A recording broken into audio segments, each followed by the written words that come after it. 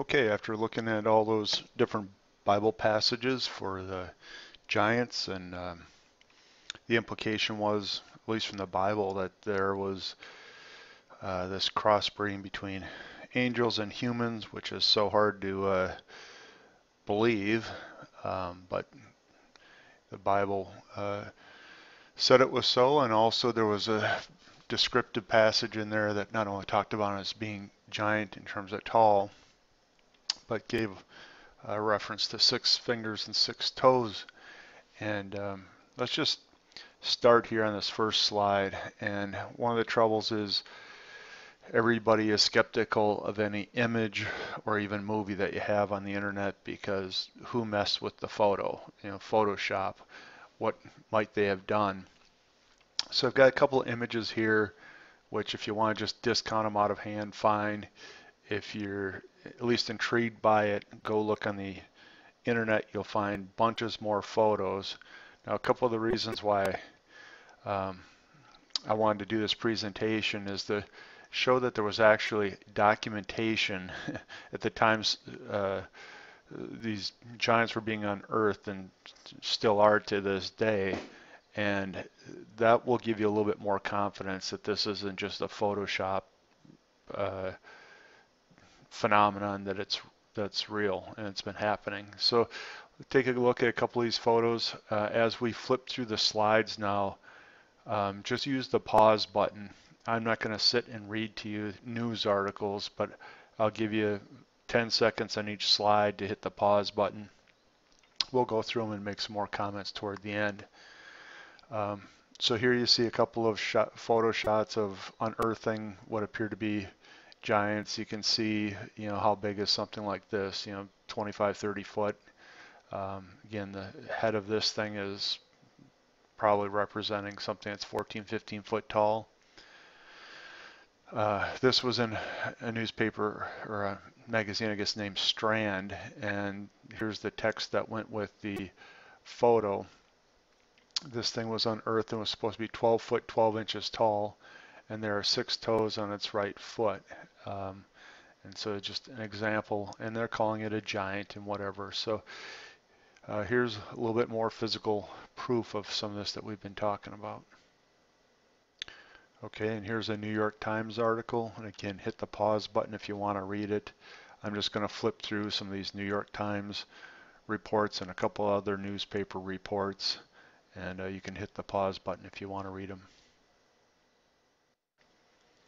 I'll just make the comment as we're looking. A lot of these articles, they're referencing that they dug them up in Indian mounds, or they find a bunch of artifacts with them. I think at the time people were digging these up, they didn't know what they had, but these Nephilim predated the Indians, and there's getting to be a lot of documentation of that fact.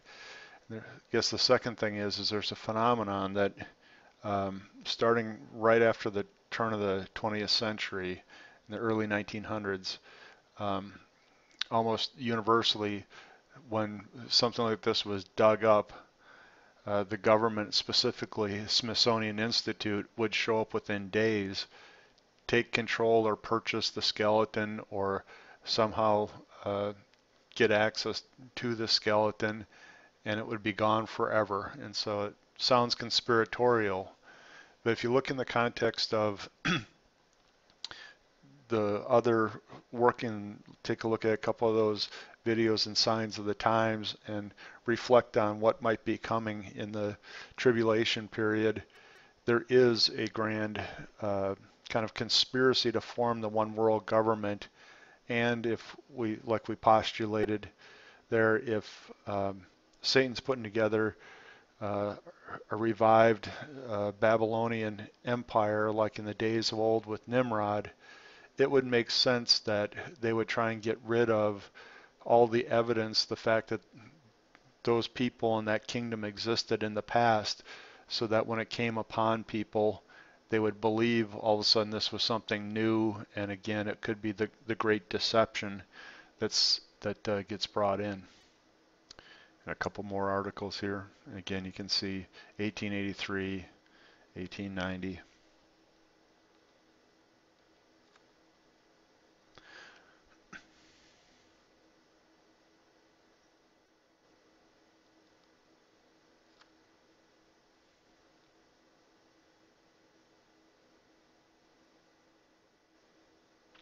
Now this one's from St. Paul, Minnesota.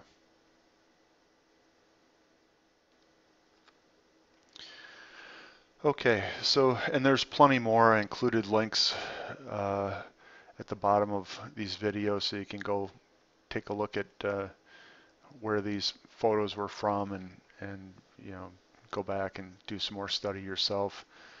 Um, we also made reference in the Bible to at least one or two of the passages talking about killing all, not only the people, women, children, whatever, when Joshua took the Jews into the promised land.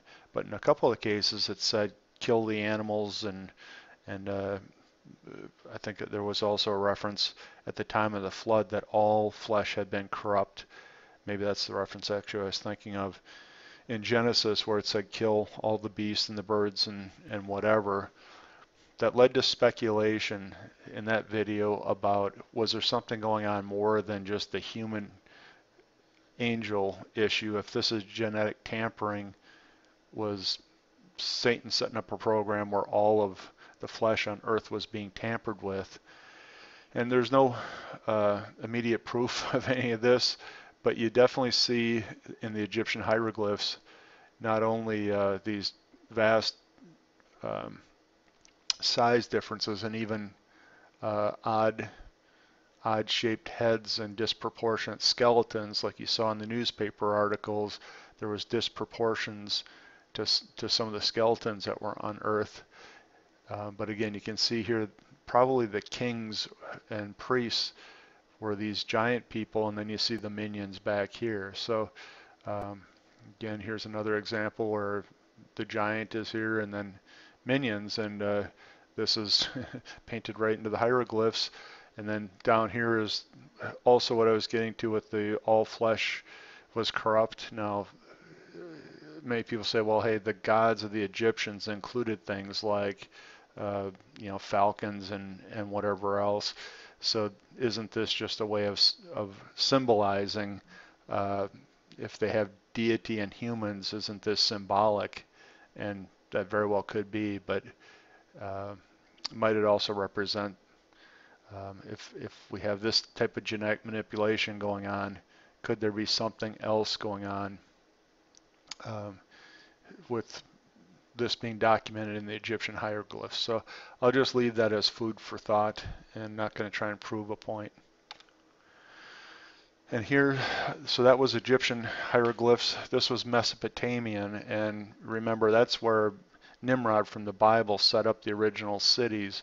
So this one's fairly significant. Again, we see the vast height differences here, the little people and the giants. And then in the Amos passage, it was compared to, the giants were compared to the trees, to the oaks or the cedars or something. And you know, here you get a little bit of a comparison that's kind of like that. You've got the giant about as big as the trees, and then you've got the regular size person. So do with that what you will. Again, if these are drawn to proportion down here, you have a little guy, and now how big is this giant in proportion? If he's 6 foot, you know, what is that? We've got 12 and probably another 3 or 4 foot, so maybe this is a 20-footer here. And again, you see this down here. If that person's 5 or 6 foot, you got, you know, 12, 18 foot maybe. And some of these depictions to me look like they may be some of the Sumerian depictions. I'm not sure. I wish I was more of a literate in some of these things, but those, like the Epic of Gilgamesh, came out of the Sumerian slash Babylonian writings, and so again we could be looking at something that's actually very biblical and not just a depiction of a king being so much, you know, more powerful than a subject, but literally physical height differences as they were recorded in these hieroglyphs. And the last slide here is just something interesting. We've got a report here. I wish I would have grabbed the date. It's probably late 1800s, early 1900s. Special report to the New York Times. And Old Eskimo legend proves true. People 9 foot tall visit the coast, and so it's reporting a actual live sighting in Greenland of giants that came and visited the Eskimos. And if you dig far enough, you'll see on the internet there's believed reports of giants living down in the Amazon area, and then this here, and again I can't verify the source, but it looks like it's a Roman soldier, 8'6", and super muscular, and um, part of the Roman legion. There's reports, again, if you go dig for them, that when the Romans were conquering through Europe, that they actually ran into um, whole tribes of giants that had to get put down. So again, can you believe this or not? But I mean, this one supposedly was born in 172 AD, and so do giants exist even until today? Possibly, at least to the first century, probably. There's multiple reports of that, and then here, if we can believe this, and the one in the Amazon, maybe some of these descendants still live to today. And we also see that the sizes are starting to get a little bit smaller and a little bit smaller, so they're 20, 30 foot just before and just after the flood size of trees, and now we're talking about 8 foot tall, 7, 9 foot tall. So just in terms of normal thinking about genetics and crossbreeding, you'd probably expect to the degree they interbred with normal sized humans over time that height probably does come down. So